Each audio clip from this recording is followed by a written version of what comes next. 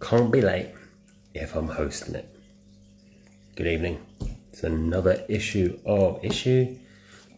episode, but issue could be a good word for tonight's show of the Inquisition. I forget what number we are on. However, I will say we have recently celebrated a little anniversary. My co-host and my guest are in the chat function box. So let's try and get them in. And as we do, tonight's guest, I don't think really needs any introduction, if we can get him on and joining us, because as I said, it is me doing it. And here is tonight's guest. Great, thank you very much. Mr. Lyle Lowery, thank you very much for joining us. Hey, how you doing? Thanks for having me. No problems there. Very good here. How is everything your end? Yeah, really good. How about you? Yeah, good, mate. Good. Thank you very much. As I was just saying, thank you very much for joining us tonight. I'm Casey. I'm one of the co-hosts of the show. Dunk, who you've also been chatting to, is going to be joining us at some point, but not right now. But I have to say, it's an absolute honor and privilege to get you on. I got a message just completely by chance to you. I was first of all more astounded that you replied than you actually said yes to joining us, because as you can imagine, when you're running a small little thing like we do, we send loads of messages out and we just get ignored. So I was absolutely amazed that you came back to us, and thank you very much for coming on. Yeah, again, thanks for the invitation. Happy to be here. It sounds like it's going to be fun. Fingers crossed. So we start every episode that we do with a couple of very brief, quick questions. Nothing too major, just to ease you in. But for a lot of people who don't know you, it's a chance for them to get to know you. So first of all, who are you? And how did you get into the wonderful world of hobbying? Yeah, so my name's Lyle Lowery, and I've been in the industry for a long time. Most recently, the last 6.5 years making White Dwarf as the managing editor. Before that, I was at Privateer Press, who made a miniatures game called War Machine, which was really popular at the time. And there I was the editor-in-chief of their magazine, No Quarter, for 4 years. And the 4 years prior to that, I was Privateer Press's marketing manager. So I've been in the industry for a really long time. And for me, it's just been about my passion for miniatures gaming. I've been a miniatures gamer since second edition of 40K. I got in on that, 40K box set with the Orcs versus the Space Marines, in I guess like the early 90s. Yeah, and I've been hooked ever since. So it's a bit of a change. Obviously, the first thing to point out is your accent. Obviously, you are from Canada, if I get that right. United States. United States. Oh, right, put my foot in it straight away. That happens a lot. But for someone from the United States to get so into what I suppose Warhammer would be seen as a traditionally British thing, like the way you say, going through Privateer Press and War Machine, which I know was absolutely massive. It's fair to say that you really had a massive influence on the hobby community as a whole.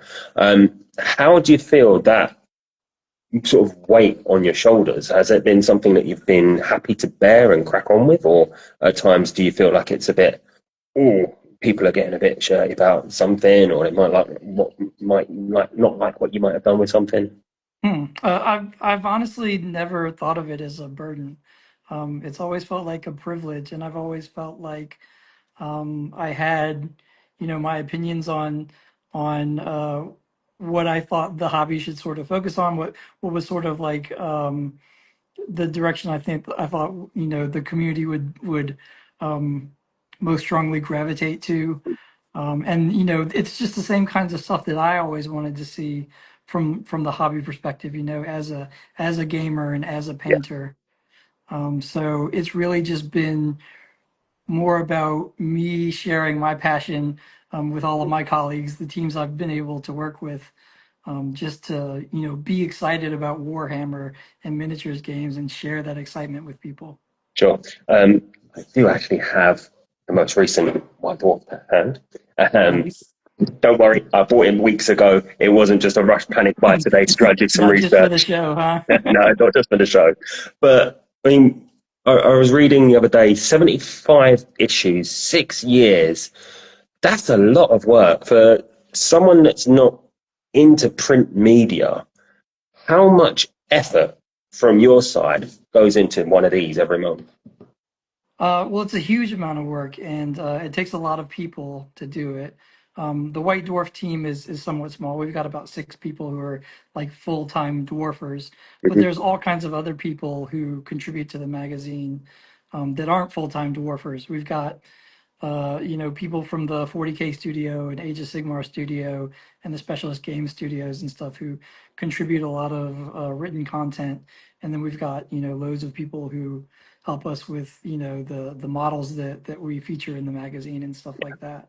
So it's a massive amount of work. And I mean, when it comes right down to it, just doing 128 pages a month or every 4 weeks really is a huge undertaking when you compare it to um, it's not apples to apples, but like Yeah. that's like a codex in size, you know.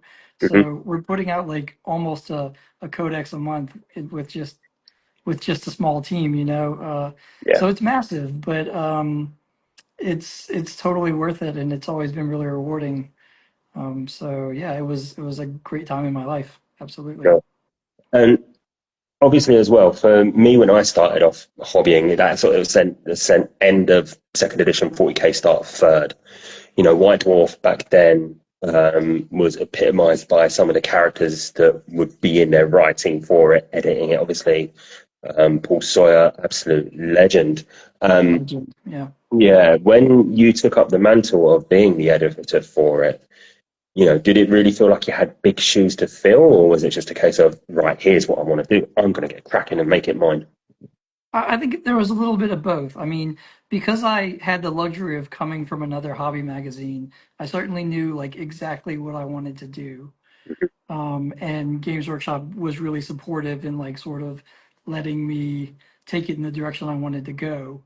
But absolutely, like there were editors that I looked up to, like Paul Sawyer and like Jez Bickham, Yeah, and like Mark Latham. So it definitely was also like a situation where I wanted to, uh, live up to the precedent that they set before me. sure, sure. Co-host Dunk has just joined us. Thank you very much for joining, Dunk. Now, do I mark you down for being late? Mate, I'm still dying of COVID. Oh, Like, Dunk's been under the Oh weather. no. But it's like the 10th time he's had COVID in 3 years, so you can't really complain too much. I, Um, I think maybe Papa Noggle's just giving me too many blessings right now. So yeah. Well, cool, so listen, you're a trooper for being here then if you've got yeah, COVID. Oh, I wouldn't hear the end of it if I never turned up. And I would Casey, dig him out. the amount of shit that I give Casey, he wouldn't have let me live it down if I never turned up. Like so, apologies for being a wee bit late. I'm going to bounce in and out. And thanks for joining us tonight. And I can only apologise for being late. No, I no think we problem can at all. forgive you. So I think something else that popped to mind when I was doing my when we have what I like to call a serious guessing, I do some proper research and I don't try and half-ass it like we usually do. But over the 75 issues that you've done, obviously you had the big 500 in there. That is a landmark issue. How do you sort of gear up thinking, right, I've got a big one coming. We need to make this special.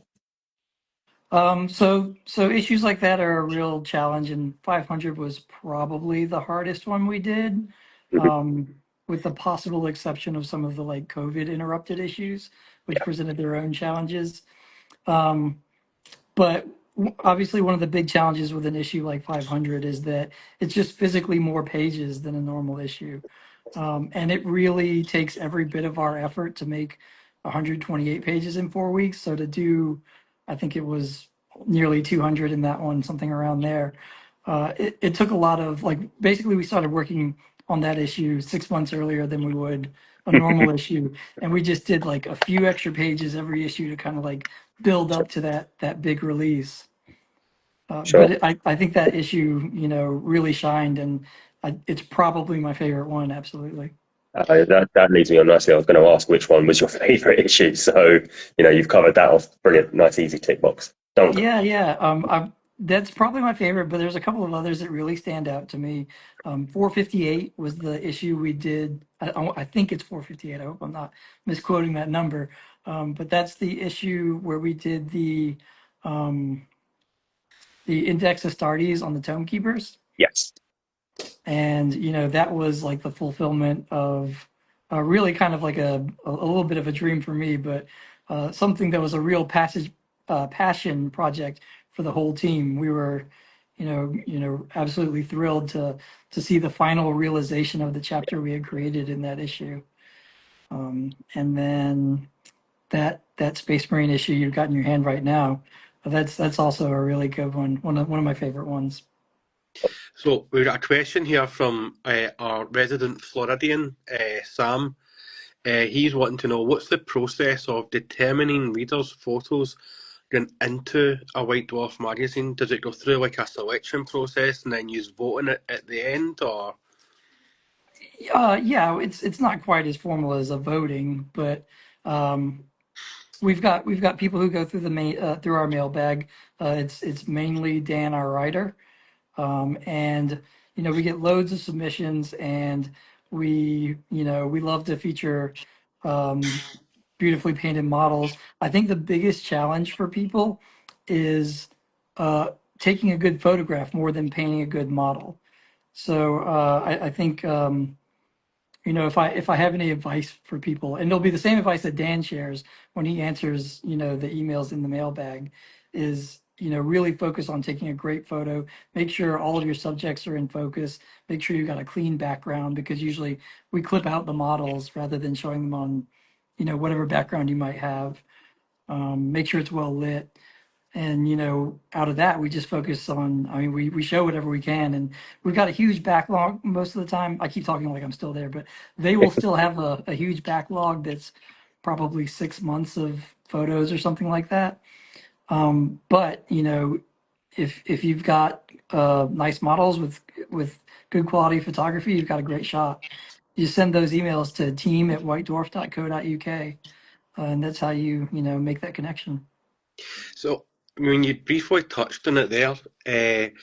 How difficult was it getting the magazines ready during COVID? Like, what kind of process was in place for especially a physical magazine, whereas like an online magazine? What was the process, and how did you have to work to meet your deadlines to get those magazines out?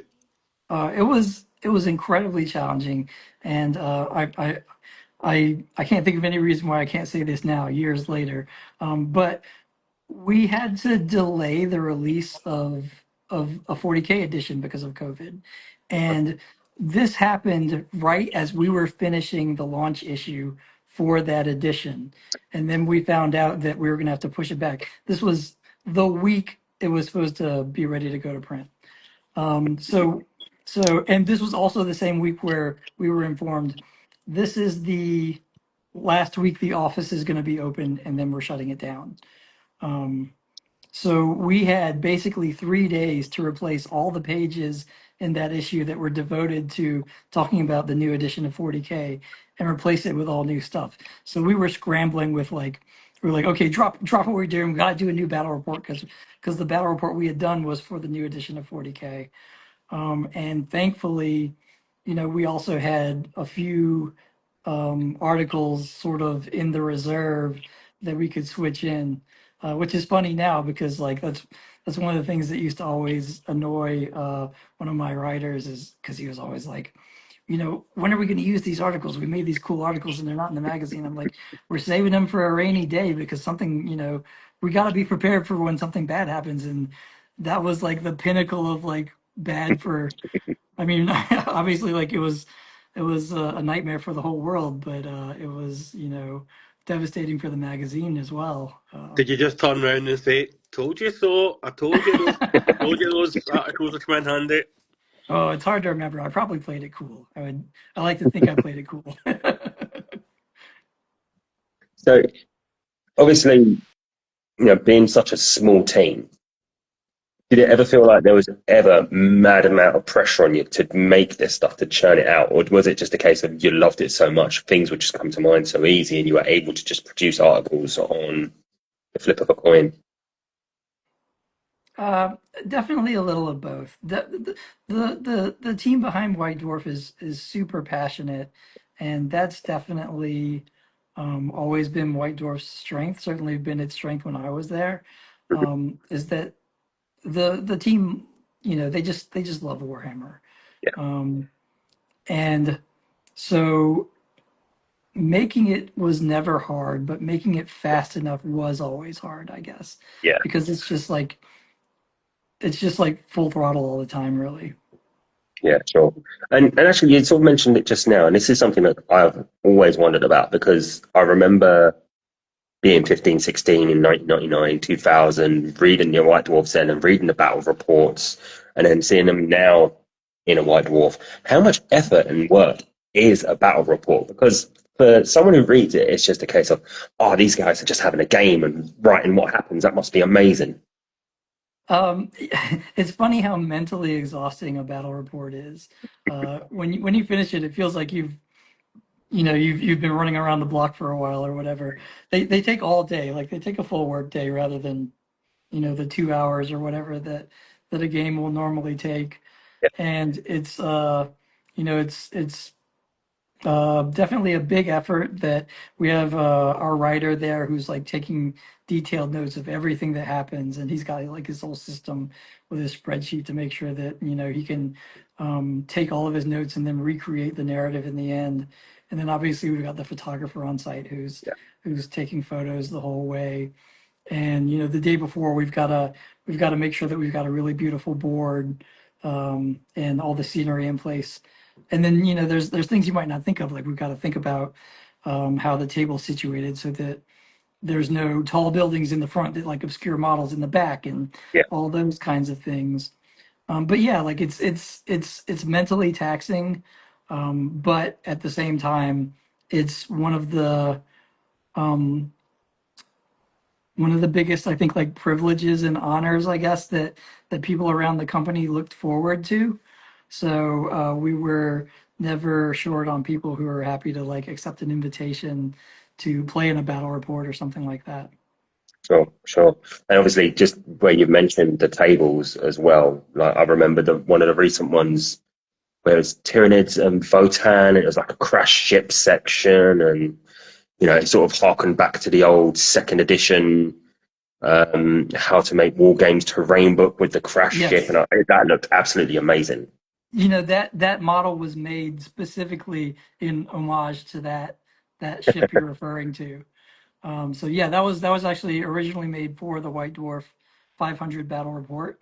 Yeah, And you can that crash ship is not on that table, but you can play on that table that we made for the 500 battle report in Warhammer World. So that's a really cool thing. that is. I was actually at Warhammer World the other week. Weirdly, last day of school holidays, I needed something to do with my son. It's like, how can I make this interesting for both? He's 6, taking his first steps into like painting the minis dad paints, and he likes getting his free one. So I thought, right, drag him up to Warhammer World. That's a good day out for us both.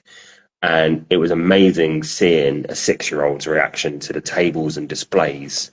Because as an adult, I think we get a bit saturated. We know this is what we like. We can appreciate it. But he's running around, look at the minis, they're having a big fight and the dragons are getting them. And, it was just the excitement on it, I think, would have been like if I'd seen it when I was 15, 16. So Yeah. that was fun. We do have a couple of questions in the chat, which I'm going to just sort of scroll back through. Another one from Sam, which again sort of mentions the battle reports with previously what they look like with the different graphics in them and actually the terrain sections. Do you think there'd ever be a push to go back to the older style of doing a battle report where everything was a bit more? I want to say the writing on it was probably more linear for turns rather than sort of making it narrative, if that fits. Yeah. Who's to say what direction they'll take now? I can't. I'm no longer in a position to speak for White Yeah, Dwarf, obviously. Um, but yeah, I know like one of the things that we love and we know the readers love and people miss is like the old style maps. They're really hard to do practically, and they take so much longer than photography does. And I think frankly, like they don't. I think our battle reports today look better, and there's a little bit of nostalgia with like that. That's kind of rose-colored glasses looking backwards about the maps. I don't think they're quite as you know polished and useful as we might remember them to be. Yeah, Having said that, like when I was there, we certainly talked about like when would be the right time to use maps, and we've done them in some battle reports. Like we did a Adeptus Titanicus battle report that like really put the spotlight on those maps. Um, and we've done some battle reports that aren't narrative focused, especially when we want to feature the game from a more tactical point of view, or like showcase the rules more. yeah. So there's definitely times where we go back to different styles. Sure, sure. And obviously, I do sort of agree with you. I do rose tinted glasses, those old top down maps where everything was just square and an arrow moving around. It was visually, it felt very basic, I want to Yeah, say, as opposed to the level of detail you can get in the pictures now and everything. There is that sort of upwards curve, I suppose, as the technology has advanced more than anything. right. Yeah. Another question from Tempest Terrain. Do you believe there will be another mini game like Full Tilt? And if so, will it be Full Tilt? I'd love a mini game I could play with my young son that's a bit less scary and full of guns. Yeah, that's a good question. So, um, Rob Alderman is the guy who is in charge of the Old World stuff. And when Old World first came out, he and I talked about reprising Full Tilt in White Dwarf. And I think ultimately they did publish an updated version of Full Tilt, maybe on Warcom, if I'm remembering right. If not, they did like a Full Tilt event at like one of the open days or something like that. I'm not Yeah, sure which. Um, but yeah, I mean, there's always scope for that. In the bunker section of White Dwarf, where we've got our monthly, club activities and stuff like that, we've sometimes made little mini games. Like we did I don't remember the name of it, but we did a car race one yes, in the beginning of the year. yeah, I remember Um, that. so yeah, I think, definitely like I wouldn't rule out, various fun mini games in White Dwarf. The issue you've got on your desk right now has a really cool cooperative Yeah, Space Marine game that is based on the Space Marine video game. So, you might want to check that one out. I did enjoy the look at that actually. I thought it was quite good how you took the elements of what makes Kill Team, but also ripped it into let's make it something that's a bit accessible. These guys like playing this computer game. Let's mix it up a bit. I thought that was a really cool way of doing it. Yeah. Our friends over at Warhammer Pod have sent a couple of questions into us too. So, and I think this is actually was going to be a big one I was going to ask you, and this is something that we've asked a couple of ex-staffers from companies as well. Did you ever find where the hobby was a job that it killed your enjoyment of hobbying off job? So, like if you come home from I think for me and Dunk, we come home from a hard day at work, we sit down and it's like, I want to paint for 20 minutes, half an hour. You've been doing that for part of your day. So, how did you find that work-life balance? Because it's the same thing almost. Yeah, that's a really good question, and I will say that I have sort of different answers for the different roles I've had within the industry. So when I was the marketing manager at Privateer Press, Privateer Press then and now was a smaller company, obviously compared to Games Workshop, and that meant that both in my role as marketing manager and in the nature of a small company like that, you're wearing multiple hats, and like you're much more involved in a wide range of stuff, a wider range of stuff than someone at Games Workshop might be, because Games Workshop is so massive. And I would say during that time when I was like more a part of like every part of War Machine, it did um it did make it to where like War Machine always felt like work, even like the games as well. Yeah, Not that it wasn't enjoyable, but like it wasn't the same as before I worked there, when like you were purely doing it for fun and you weren't doing it with like a critical eye, you know. At Games Workshop, because your roles are so much more specific, and because White Dwarf felt like so much more a thing that was about celebrating the hobby, um, it never felt so much like the hobby was work. But having said that, like everything I painted for 6.5 years essentially was for the magazine.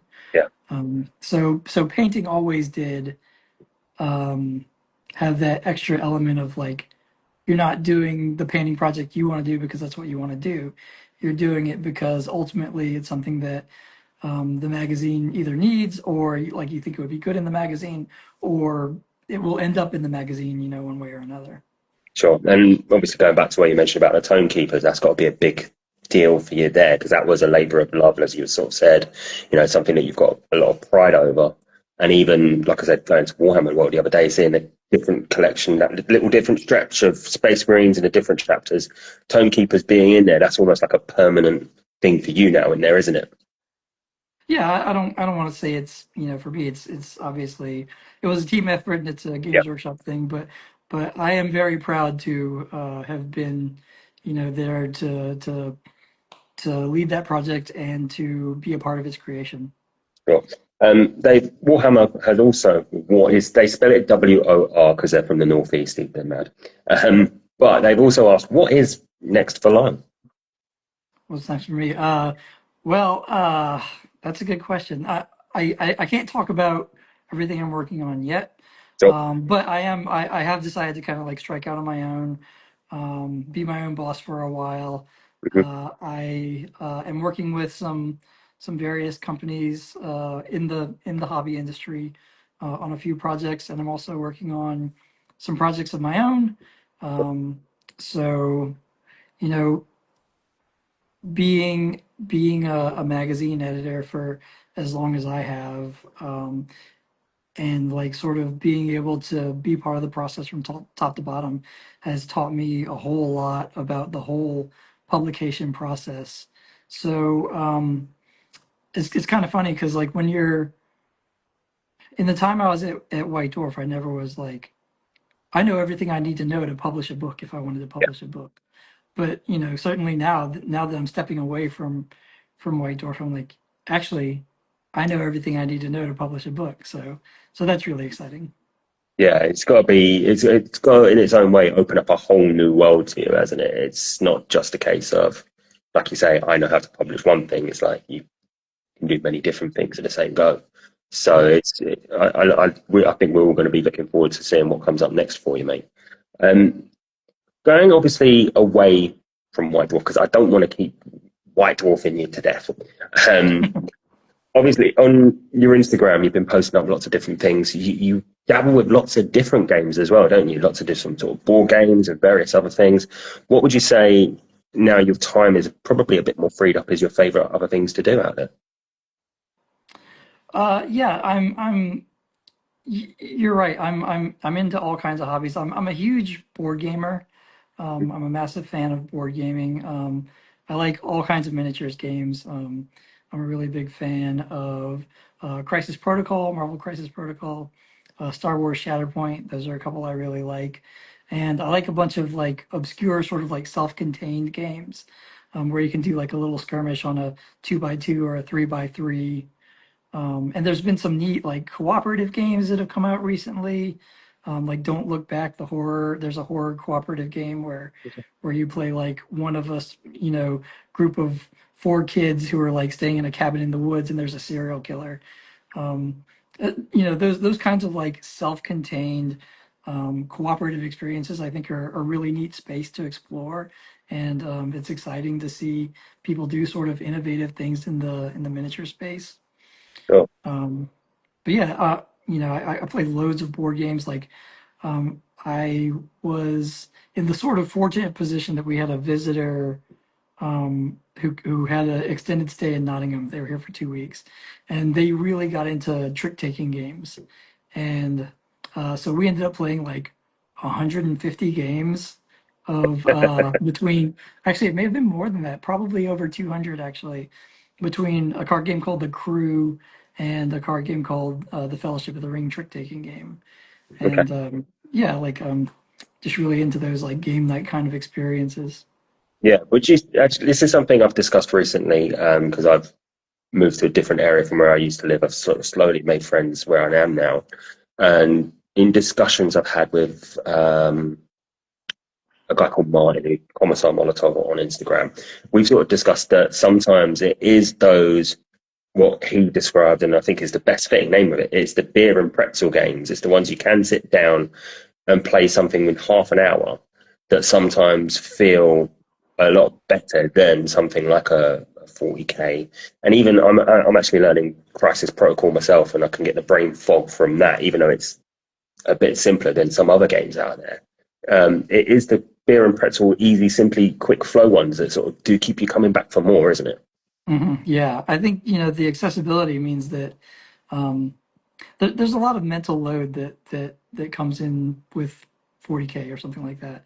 And the trade-off is that 40K is a super rich game that has a lot of nuance to it, and you can play it competitively, and you can, there's a huge community for it. So there's advantages to the fact that it's like got this depth to it, but like the disadvantage is that it can be really mentally taxing, not just during the game, but in the preparation for it. And so, yeah, the simpler experiences, they certainly have their charm, especially if like, you play it for the experience and it doesn't matter if you win or lose. And that's one of Yeah. the things I think is really nice about cooperative is like you win or lose together. And, then like, then it's just for a laugh. You mentioned in one of the episodes, I know obviously I said I wouldn't go back, keep going on about White Dwarf, but with respect to gaming and events, you did the narrative 40k a little while ago. Mhm. And obviously I've read your articles on it. I think they were really well done. But entering into sort of like a casual, from a casual game space to being something that's narrative driven and almost bordering an RPG, how does that differ from just sort of like what you would do and prepare for a game normally? Because as you say, sometimes you get the brain fog and you're sitting down thinking, I need to take X, Y, and Z, and then all of a sudden you've got to throw onto the fact of I need to live this rather than just play this.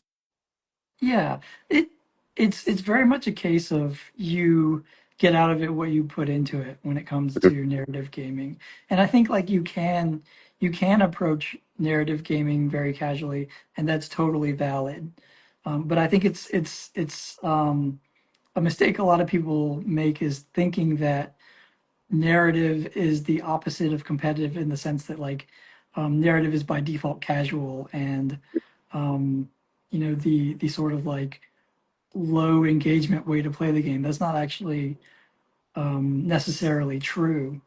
Um, the the engagement with narrative can be, just as intense as the engagement with competitive. And, at an event like the Grand Narrative, where you've got people who are, coming in full cosplay that they've made themselves that represent the commander of their army or a character in their faction or something like that.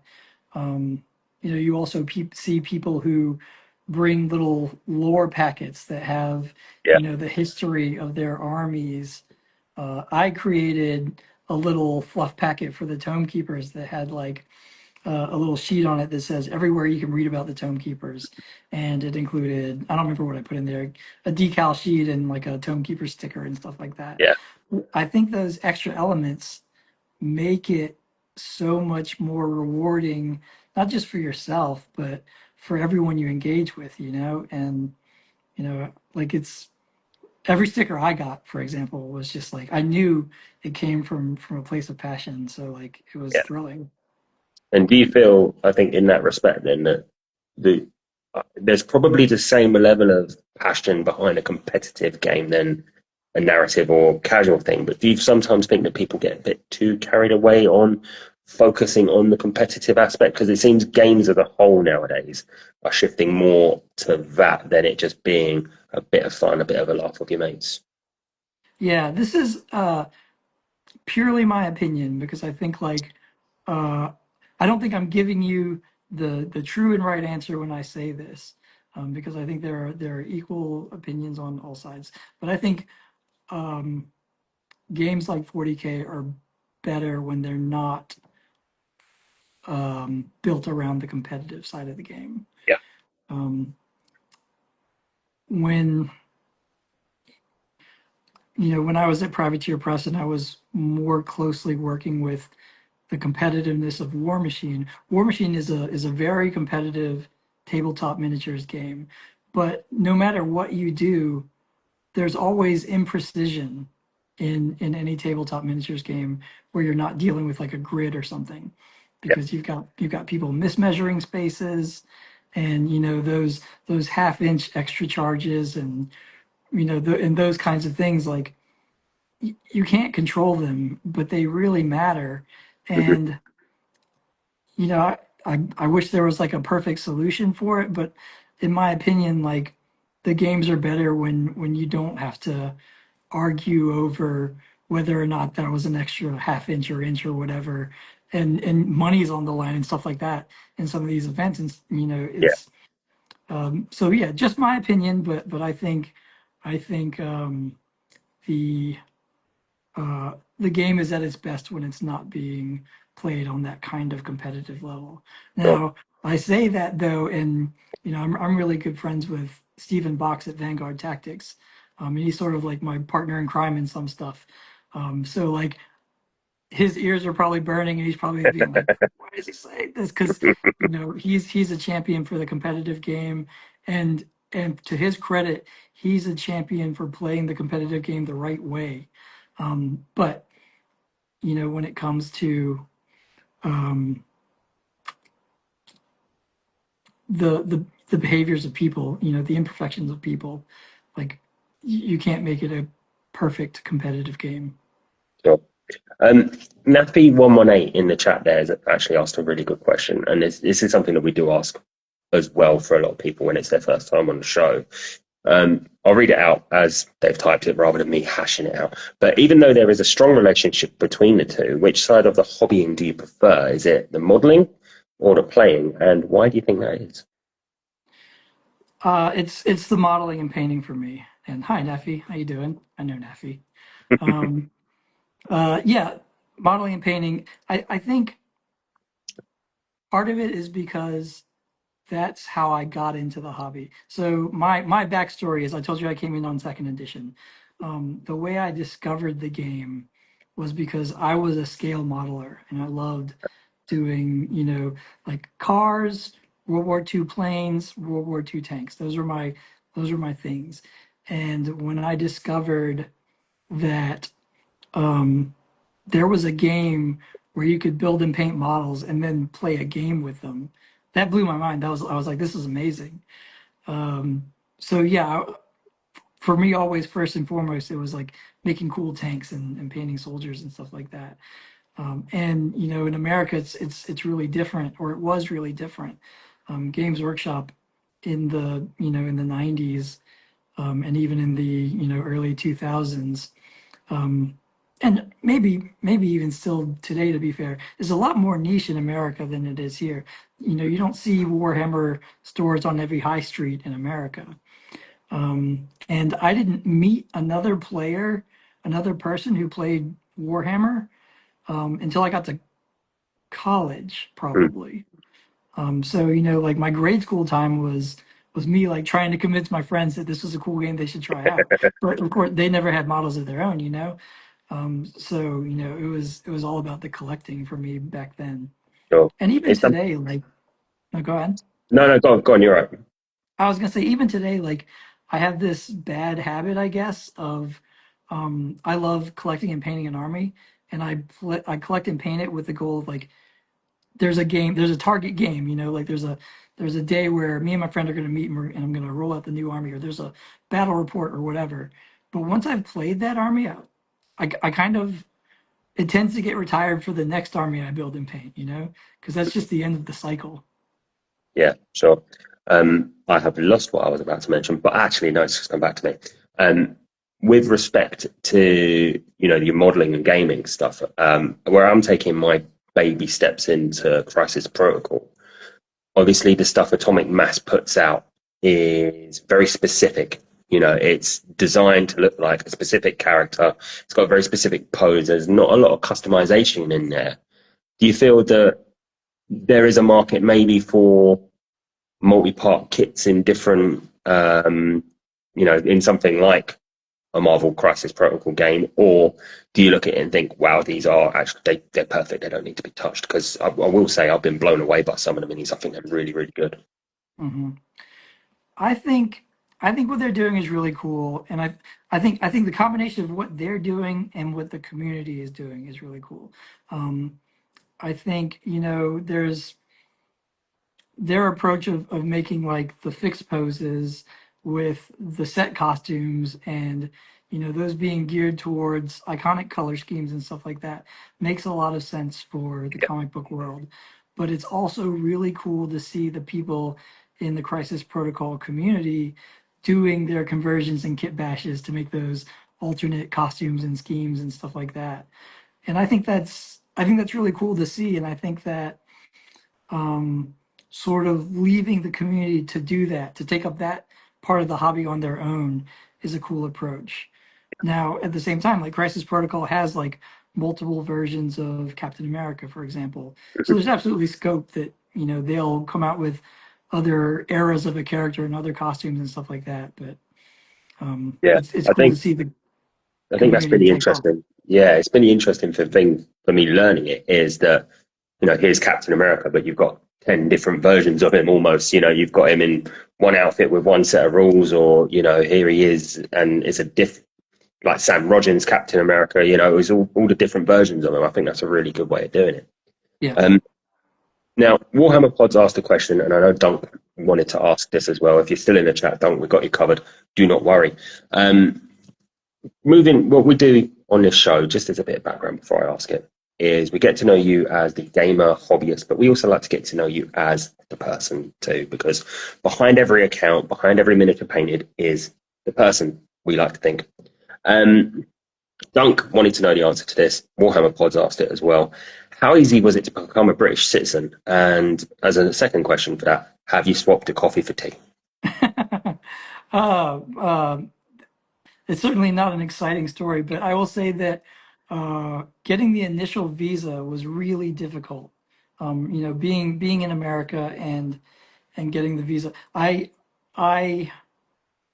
had a stack of paperwork that was probably like a good 4 inches thick to prove. So the my path to a visa is that my wife is a British citizen. So I got a spousal visa. But all the things I had to do to prove that, that we were married and that we lived together, and really like a lot of the financial elements, because you have to prove like a certain amount of um, like that you can take care of yourself fiscally, even like if you don't have a job or whatever. Yeah, So like just like all the paperwork to show that we had a certain amount of money for every day for a 3-year period and all this stuff, and then like the hoops you had to jump through to even mail the stuff over. It was really challenging. I got so frustrated at one point that I was in the FedEx store, like the postal store, and I was following the instructions I was given to mail this stuff, and they were like, "You cannot mail this stuff through this method." And I'm like, "I'm doing exactly what the British government has said to do," and they're like, "You can't do." I was ready to throw the whole packet away and just be like, "I give up. I'm not doing it. It's not happening." And then like the manager overheard this conversation we were having and came in and was like, "Oh no, it's gonna be fine. You can totally do that." And it was just like the error of a clerk not quite understanding how everything worked, I guess, or whatever. But it all worked out in the end, and here I am. Getting the citizenship itself was a lot easier, because like it's more of a formality mm, once you're actually living and working here. But I did have to take like a life in the UK test. That was yeah, like like a history and a little bit of sports and current events and stuff. And I would say for like a brief period of time, I probably knew more British history than most Brits, you know. Yeah, it's funny you mentioned that. I worked with a woman a few years ago who was going through the process of citizenship, and she was having to do all of these mock tests. And bless her, she was getting so frustrated and sort of crying in tears. She's like, Michael, I don't know who the 25th member of this royal family is or something. And I was like, most Yeah, British people don't know. Why are they asking me that? Some of the stuff just seemed really obscure and unnecessary, but governments, what can you do? yeah. Um, and have you Uh, actually swapped coffee for tea? so I like both. I still drink both. I haven't gotten into like the habit of drinking tea like all the time. It's more of an occasional drink for me, but I do enjoy both my coffee and my tea. Sure. Um, I was born here. I've lived here my whole life. I don't like tea. Don't worry, it's not that big a deal. Um, so we've obviously talked about your board games, all the other interests you got, but what does Lyle do to unwind when he doesn't want to do a bit of a game, or what do you do? You books a choice? Have you got anything that you like to sit down and zone out in front of the telly on, or Yeah, I'm a really creative person, so I really enjoy painting models. I really enjoy, you know, scratch building scenery. One of the things that I'm really into, even on the board game side, that's like more creative, is I'll design my own 3D prints to like upgrade and enhance board games. So I really love a game called Heat that's like a car racing board game.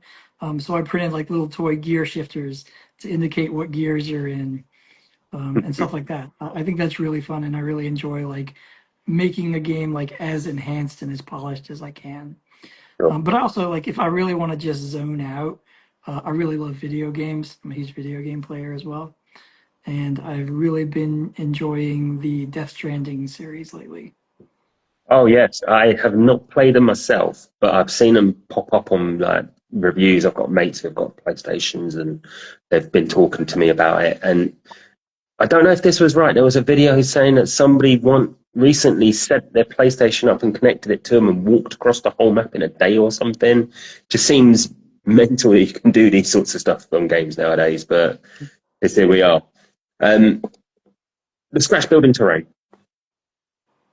That's something I have always loved, and I've had a dabble, didn't go very well, but I'll probably have another crack one day when I've got a bit of time.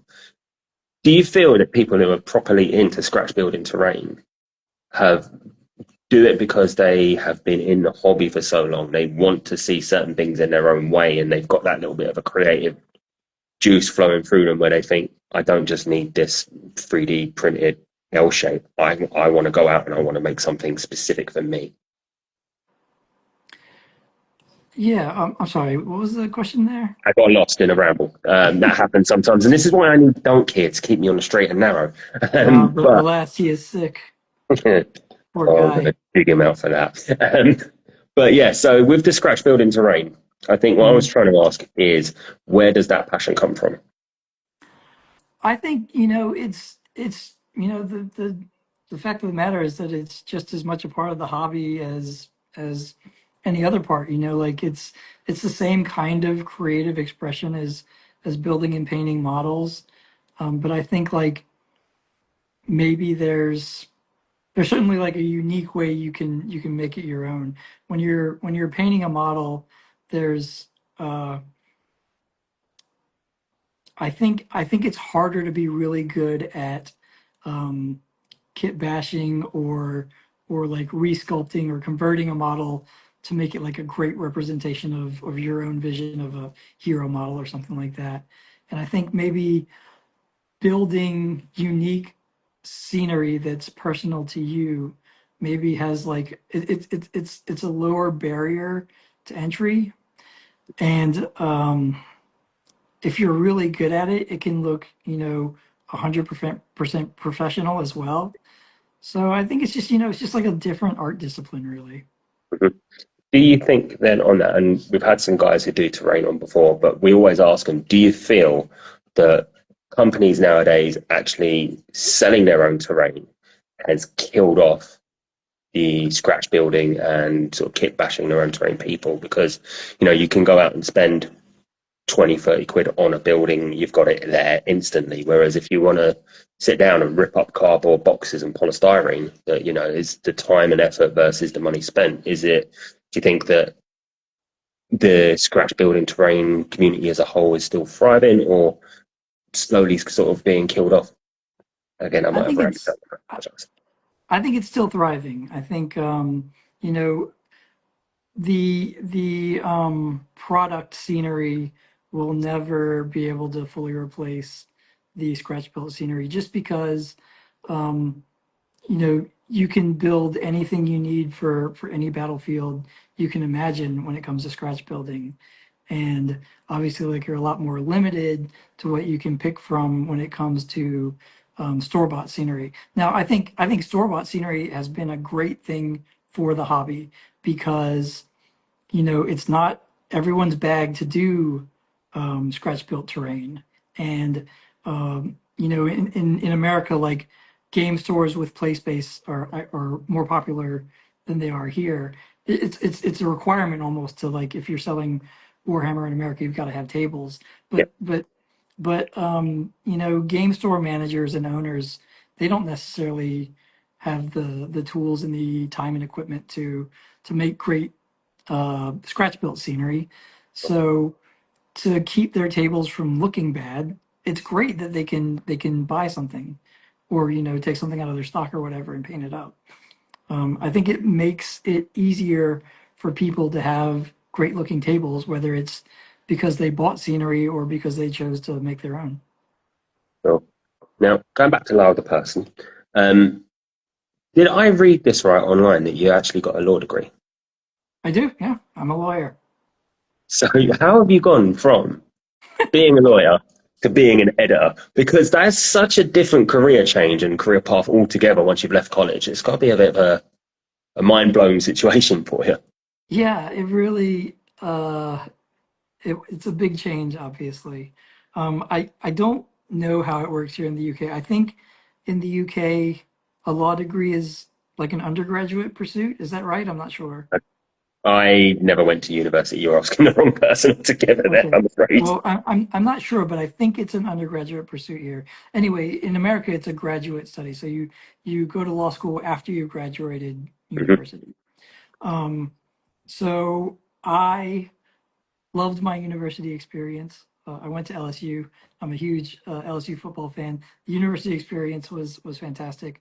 And when I finished undergrad, I didn't know what I wanted to do yet, and I didn't want my college experience to end either. So I was like, I'll go to law school.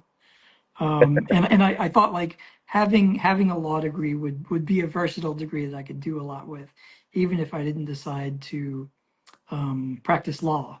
And I did, I passed the bar and I did practice law for a little while, but it Mhm. definitely was, it became apparent pretty early on that, like, this wasn't the career I wanted to do.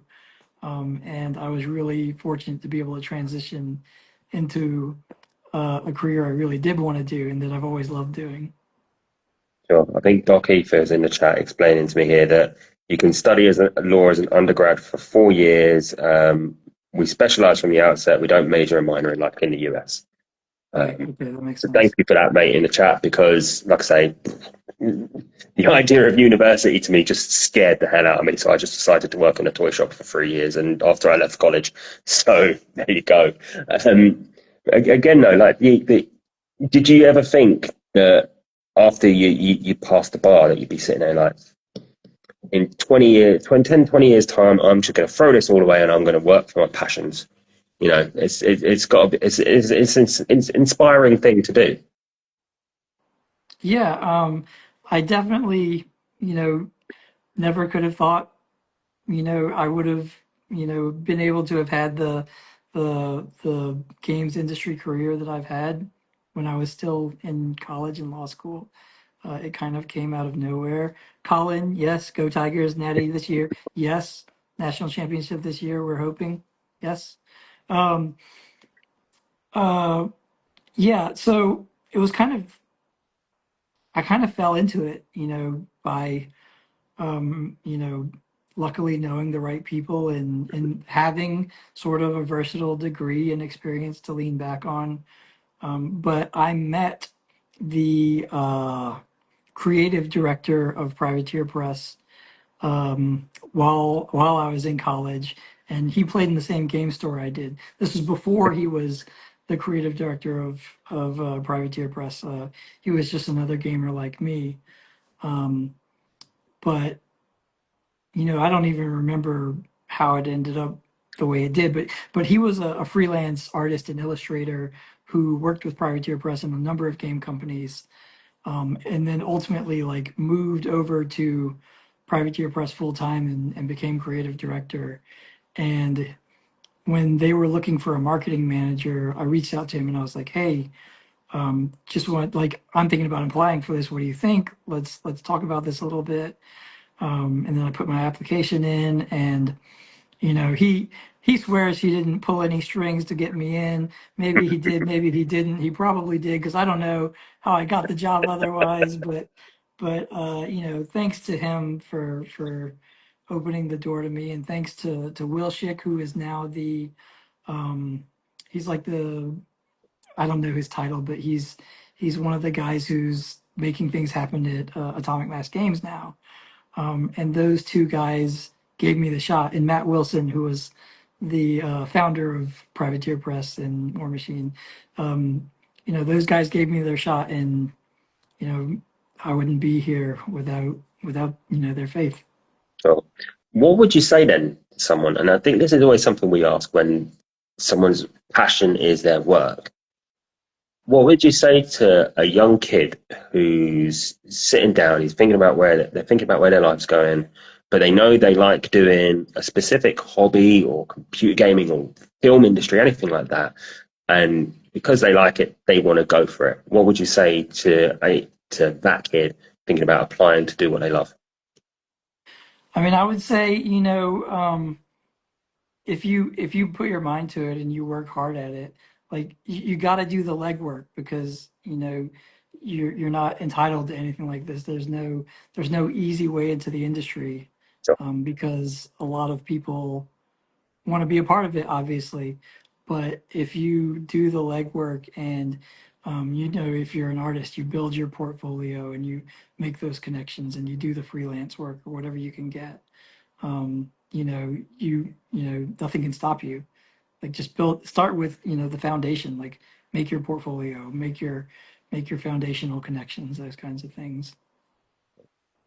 now, again, Doc, I've seen your question in the chat. I will come back to you there, I promise. We do some quick rapid fire ones as well on this show, which I will be doing just to honour Dunk where he's not here. I noticed a second ago you were drinking what looked like a can of Coke. Are you a Coke person or a Pepsi person? I'm a huge Coke person, and when when we were talking about tea and coffee, I should have said like really I drink more Coke than anything else. And that's one of my stereotypical American behaviors that I have to own up to, but yeah, I'm hooked on the soda. No, again, you're not alone. That was me.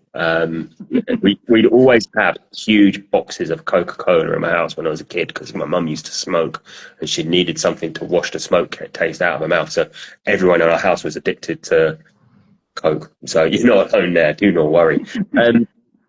When you are having a free moment and you fancy a snack, and I'm going to say potato chip rather than crisp, just so we know what we're talking about, do you have a potato chip of choice to enjoy while you're having your can of Coke?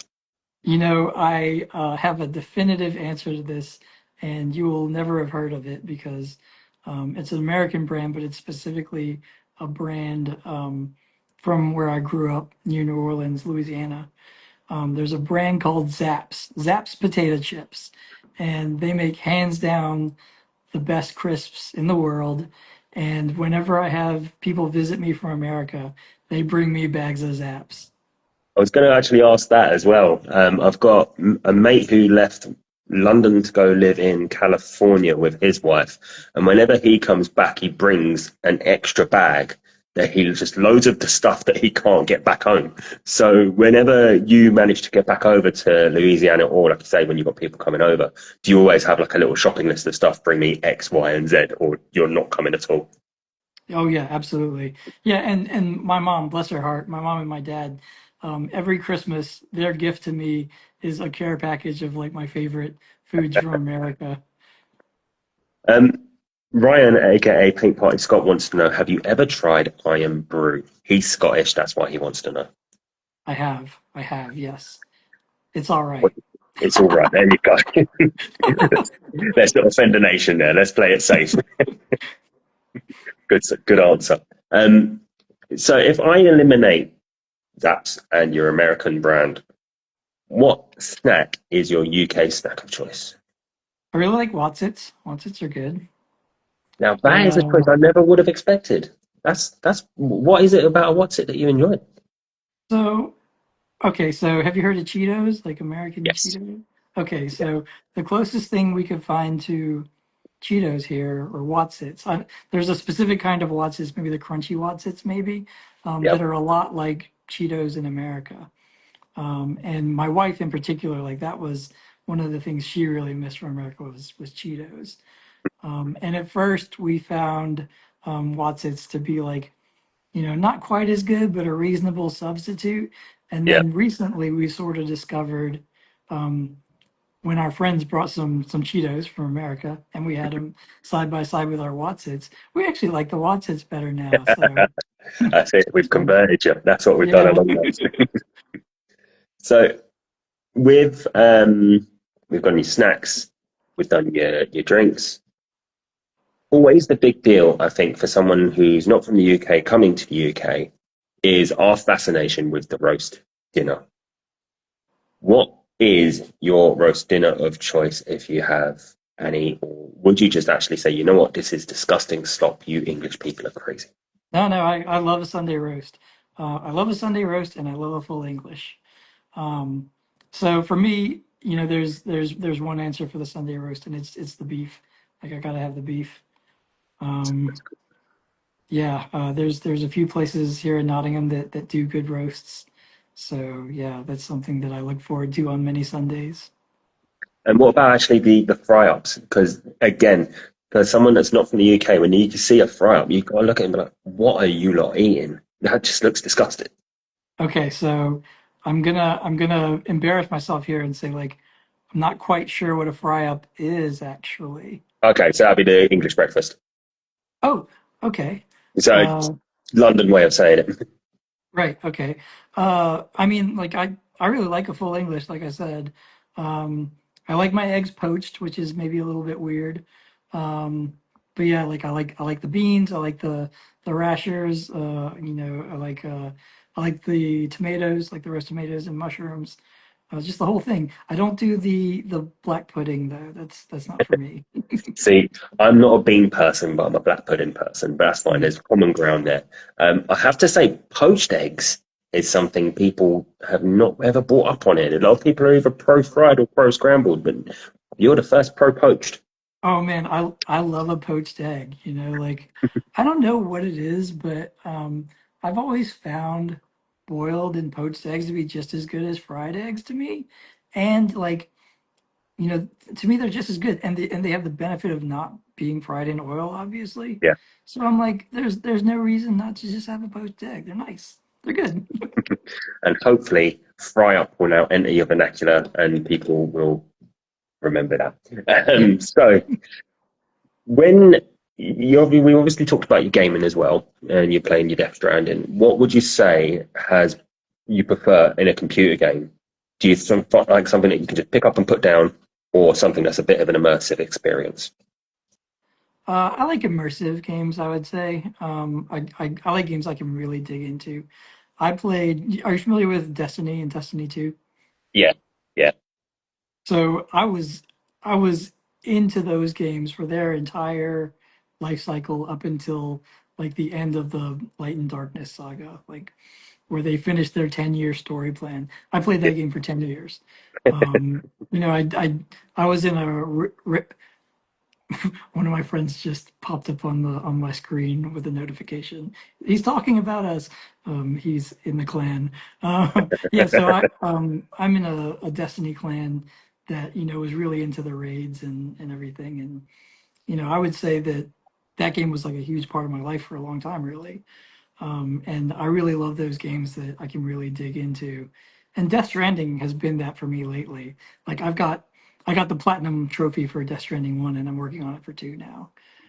So yeah, I like those games that I can sort of like live in for a while. Yeah, I would say I think again, not being a PlayStation gamer, but the closest I've gotten to that was with the Red Dead series. And Yes, so yeah, good. yeah, I summarized it to someone the other day who's never played one. It's not that you're playing a computer game; it's you're playing like a movie, basically. Yes. Um, and I think what I've learned through talking to you tonight, Lyle, is that you are that little bit more of an immersive person. Would it be sort of fair to say that you do like getting into the meat and the bones of everything rather than just sort of skimming the surface of it?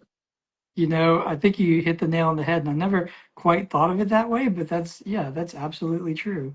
I think that like reflects what I was talking about, like how I like to sort of enhance my board games and make them more immersive, and the games I like and the part of the hobby I like. Yeah, you nailed it.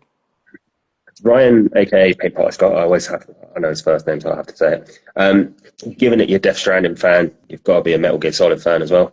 I do enjoy Metal Gear Solid. I like Death Stranding better, to be honest. But yeah, like Hideo Kojima games, yeah, he makes great stuff. He does. Silent Hill also love that Silent Hill stuff. With the Silent Hills, I don't. I think I was more of a Resident Evil person, but I did wish I did want to like them. Um, but yeah, it's funny that that these things pop up, and I think Hideo Kojima is an artist. Personally, it's a bit like the guys behind Red Dead. They're not. They make experiences. I think would be the best way of describing it. Now, Yeah. I'm going to try and go back to the Doc Ether question. Here we go. I've dug it up. Um, do you think it was a missed opportunity not to have some of the Warhammer RPG content supported in White Dwarf, given the exploding growth of RPGs, given the content like Critical Role? That's a good question. I think one of the challenges of making White Dwarf was that there was always more content than pages. Yeah, That was always true, and there was always stuff we wanted to do more of that we couldn't have done. So yeah, I mean, I don't know if I would call it a missed opportunity, but I would have loved to have been able to get, some of that type of content in. One of the things that I firmly believe about Warhammer and about games like Warhammer is that what the hobby is. I have a really expansive view of what the hobby is. I don't think it's just the game you play on the table or the miniatures you paint for those games. I think like, it's about if you write fan fiction, like that's part of the hobby. Like if you love photographing models, photography is part of the hobby. Like if you love drawing Space Marines, that's part of the hobby. So and yes, like the RPG expressions um, if you made, I'll use an example for myself. I made a physical Tome Keeper's journal because like Tome Keepers um, carry their own personal journal on them. So like I made one that I kept a record of all my Space Marine, all my Tome Keepers games and stuff like that. And like it was a really ornate, nice journal. And so like for that moment, like making a journal was part of the hobby for me. And yeah, so like I think there's there's no limit to the kind of stuff that would be really cool to see in White Dwarf, but there's only so many pages we have, and I think like it would have been great if we could have put more Necromunda, more Middle Earth, more Blood Bowl. I'm a huge Blood Bowl fan, um, but so only so many pages. yeah. Um, do you think actually this is something that I always like to ask? You've covered up a lot of things there that people I don't think often think about, like, you know, they consider that their hobbying is they've built a mini, they've painted a mini, they've put the mini on a table and they've rolled the dice. You know, you've covered off there quite a lot of different things, a little bit of writing, a little bit of just taking some pictures of stuff. Do people get too fixated on hobbying just being, I have a mini, I don't know what one on it. This is my hobby, that's it. I don't know. I can't think of an example of where I've seen somebody like keeping the boundaries of the hobby like that, so to speak. But I do think that you can open people's eyes in a way to saying like, actually, this is a really cool expression of the hobby too that you might not have thought of. And I think like the narrative gamers who are really into it are good at pushing those boundaries with, for example, stuff like cosplay and, making physical props from their world and, doing that, writing their sort of mini codexes and stuff like that. Yeah. You touched on it there as well. And obviously given your LSU sports as well, new Blood Bowl, that's been announced. How have you felt about that? Because that does look like it's going to be a nice little box. So I love Blood Bowl. Like it might be the game I love the most. I have huge passion for Blood Bowl. I'm really excited for the new edition. I will be getting a Bretonian team, absolutely. So yeah, I think it's going to be great. I'm looking forward to it.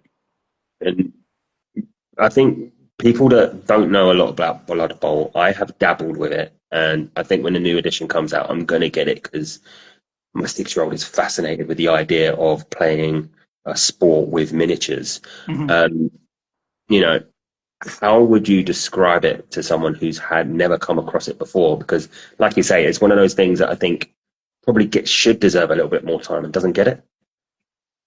Yeah, so I don't know how I would succinctly describe it because I think it is a hard one to explain to people. But obviously, like on a very surface level, it's this game that's inspired by American football, but you're playing it with fantasy miniatures. And one of the things that I think really sets it apart from other games that Games Workshop makes is that it's on a fixed grid. And so like it plays more like a board game and it sidesteps a lot of those problems we were talking about with competitive games earlier about like, those sloppy measurements and stuff like that. So in a lot of ways, I kind of think it's like, in my humble opinion, the most perfect game that Games Workshop makes. Like it's really swingy and the swings of luck can be really harsh to you. So I tell you the way I approach it. For me, the way that Blood Bowl is the most fun is I don't think of myself as the manager or head coach of my Blood Bowl team, the Necro Philadelphia Eagles. I That's sort think of of I think of myself as the social media manager for the Necro Philadelphia Eagles. And the thing that I love about that is like I love doing like a little bit of graphic design work at the end and like treating it like I'm, running the social media account for like a real football club, basically. But it doesn't matter when you're a social media manager if you win or lose because you're always getting a story out of the game. yeah. So I think when you approach it that way, like, it's a lot easier to swallow those tough losses. I did see your page for them, and I thought that was really fun. That's the way you took it because you do supporting a football team myself. Like you see these social media guys who put up that the team they work for has just been smashed 4-0, and underneath it is just a list of comments of abuse. And I sit there and think that's not a job I would like to do. So the fact that you took that angle and thought this is how I'm going to run with it, I think is Yeah. really deep and really well done. Even down to designing your team logos and your score sheets for it, I thought it was quality. Um, I think Blood Bowl for me. I've always liked the idea of how crazy it is. I always tell the story of the first game I ever played when I think it was maybe first edition. Um, some a random event happened. I had to roll a dice, and the next minute I knew half my team was dead because there was a pitch invasion. So it is that unique. It's chaos to it, isn't it? It is. Yeah. That's what makes it unique. It isn't just a case of this is my profile, this is your profile. It's just this is what could happen. Let's run with it. Hmm. What do Yeah, you absolutely. have? You got any sort of standout stories like that from your Blood Bowl games? Um, I've definitely been on both sides of like some horrific good and bad luck. I had a game against a good friend of mine, Phil Kelly, from the studio, and I wish I could remember the exact numbers, but I must have. I think I had 8 casualties against him in one game. He finished the game with 3 guys on the pitch. I won 3-0. He lost his best player, I think, on the first turn, like on the kickoff. Um, and like I felt bad for him. It wasn't the kind of game that's like necessarily fun to play because like I have the most fun when everyone at the table's having fun, Yeah, you yeah. know. But he was a good sport about it, and I know like it probably wasn't easy for him. So like I really appreciated him being a good sport about it. Um, but man, like it came back around in the playoffs tenfold because, or at least like he got his comeuppance or whatever because we met again in the playoffs and I mean the exact opposite happened and he just housed me and like out casualtied my guys badly and that's just how the game goes. But Yeah. it's part of what's beautiful about it. Did you ever play the Blood Bowl PC games? Oh yeah, I've had each of them. I have the current one, I guess Blood Bowl 3, it Yeah. is, right? I've got like a level 100 coach or something. So yeah, I've played a decent amount. Again, the same sort of thing. I've dabbled with it the first time, I think, when one came out, and I was playing my team, and I fumbled the ball, and the player knocked himself out on the same turn. And you just sort of, you do sit there sometimes with it, don't you? And you're just like, oh, fuck, mate. It's one of those sorts of games. It is fun, but the carnage it can cause is the more frustrating thing. But it's still good at the end of the day, isn't it? It's why we do it. Yeah, Blood Bowl is a test of your character. That's a good way of doing it. Colin's Painting Adventure has asked, hopefully your Bretonian team will be painted in the LSU colours. That's a good idea. My orc team is currently in LSU colors. So actually, it might be super appropriate to do the Bretonians in Saints colors because I'm also a New Orleans Saints fan. That's a good shout. So I'll have a good think about that. Cool. Got 10 minutes left, so I will not hold up anymore. I won't drag this out as long as it needs to be. But I think, as you sort of mentioned, going forward now, where you are freed from the Games Workshop brand, you obviously mentioned that you've got some stuff coming up. What do you think the future away from that holds for Lyle? Are you looking to take up any sort of major work projects, do you think, or you just quite happy to freelance for a little bit? Well, I'm kind of in a fortunate position where I can afford to be patient for the right opportunity to come along. And if a big project came along that wasn't freelance, but it was something that I would be really passionate about, I would absolutely go for that, definitely. But one of the nice things about being able to go freelance is I can take the projects I want. I can work on a variety of things that are exciting, and I can be my own boss for a while, which has a great deal of appeal to it as well. Yeah, And it gives me a lot of time to work on passion projects, not just for myself, but for some of the people that I'm working with as well. Because some of the things I'm doing are helping people bring products to life for the first time and when they've never done it, like helping people, publish a book or, yeah. things of that nature. So that's really exciting. Here's something that we have asked for people like Peachy and Duncan Rhodes when we've had them on, is that obviously they are the big multinational giant that they are. If Games Workshop ever came back knocking, do you think, yeah, I'll go work back with you guys for a bit? Or would you be like, that part of my life's done now? I would say never for sure. Yeah, I loved my time at Games Workshop. It was great, and I will always look back on it fondly. I'm excited to be doing my own thing now, so it would have to be a really compelling, role or project or whatever.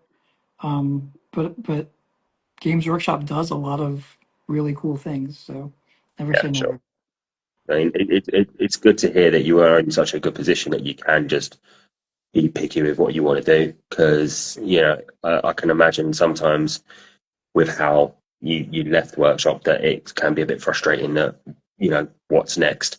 So it is really good and really positive to hear that you are in a really good place with it. I think that's absolutely brilliant. Um, would you, in where we are now, I'm getting tongue tied, forgive me, I'll start again. Is there anyone, while I've got you, that you would love to give a shout out to, say hello to, or give a bit of promotion to? Ooh, that puts me in a tight spot because I'm not prepared for such a question. The first guy that comes to mind. So there is a guy called Artist Empire on that's his name on Twitter. I'm not sure if he's on Instagram or not. And he does paintovers where he'll take photos of miniatures and turn them into works of art that look like paintings. And we first collaborated on an issue. I can't even remember which one, but we did a feature of him in the magazine, and showed his work and gave like a little bit of a tutorial on how to do paintovers if you want to try your own hand at it. And then we brought him back for White Dwarf 500 to illustrate our battle reports. And I've always loved his work. So shout out to Scott Says, Artist Empire. Another shout out to Dave Taylor, who is another ex-GW guy and ex-dwarfer, who publishes the Art of book series, which you might be familiar with. Yeah. He kindly offered his like sort of advice and mentorship as I went down the road of exploring self-publishing. So big shout out to Dave as well. Oh, those books, I have seen them. I was in the Warlord game store. They've got them up in there, and they look absolutely amazing. Um, but yeah, the Dave Taylor name even rings a bell from White Dwarfs of old. So it's all the little names that you sort of ping up, like Matt Newton and Matt Kelly. There, I can instantly picture them just from the little side profile like Yeah. this in the magazine. Whenever there was an article, that's like, even for yourself, there's that side profile picture. Yeah. Does it actually? I think that's a really good question. Whenever you're flicking through the magazine and you see that picture of yourself, do you forget? Do you get a little bit cringy? Do you think, oh, do you have to do that every time? A little bit. The main thing I think when I look at that picture is that's an old picture because that picture is probably like 5 years old now. And I'm not wearing glasses in it because glasses tend to look bad in photography. Um, so like we had a big problem with like uh, with the lights basically bouncing off my lenses. So it doesn't quite look like me, presently. And the funny thing is, we were just about to do new headshots for everyone. Yeah. Um, so like I was just about to update my photo, and it wasn't to be. But that's okay because I'm forever young in the magazine. And if they ever come back, you've still got that one picture. Like, use that again. Yeah, exactly. Cool. Lyle, I will call it a day there. I've run out of all of my questions. This is why I need Dunk to help bounce off with because we are quite a good tag team and we are both on. It's a shame he was sick because I knew he was quite excited to have you on tonight. But thank you very much for coming on, mate. I do appreciate you giving up your time and energy for us tonight. It is really appreciated. And as I said, it was really appreciated that you even replied to us. So thank you very much for that. Yeah, thanks for the invitation. I had a great time chatting. Sad Dunk couldn't be here with us, but hopefully he gets well soon. And who knows? Maybe we'll do it again sometime. I was going to say, we do often like to ask guests to come back, give it 6 to 8 months, see how you're getting on, see how everything's going. If that sounds good to you, we'd love to have you back on. Yeah, and we can also catch up and see how we feel about the Crystal Palace Nottingham Forest rivalry at the end of the season. I did wonder if you'd pick up on the shirt. I haven't worn it intentionally. I will say that it's Yeah, what I I've got got I on got earlier my Forest hoodie on. today. I will say, as a Palace fan, I have nothing against Forest fans. I've got nothing against your team. Your chairman's a bit iffy, but you can say True. that about my chairman, so it's absolutely fine. Um, Guys in the audience, thank you very much for joining us tonight. It's been a pleasure having you, asking questions, getting involved. We always do appreciate you. We are back next week with another guest who the name escapes me at the moment because it is me. I am absent-minded and I do need my co-host to help me steer in where I'm going. But last thing I do have to say as the housekeeping is we are sponsored by Orange Brushes. They're in a cupboard at the moment, so I will have to show you an orange instead. My sales from them are ridiculous, Lyle. You wouldn't believe it. But orangebrushes.co.uk, low priced, high quality sable brushes. I've got to make sure I get that the right way around. Let's say low quality brushes. Um, Reasonably priced, very reasonably priced. Use code Inquisition, all caps, at checkout. Get 10% off your bill. And we will call it a day there. Lyle, again, thank you very much, mate. I appreciate you. Thank you very much. Cheers. Speak to you soon. Bye.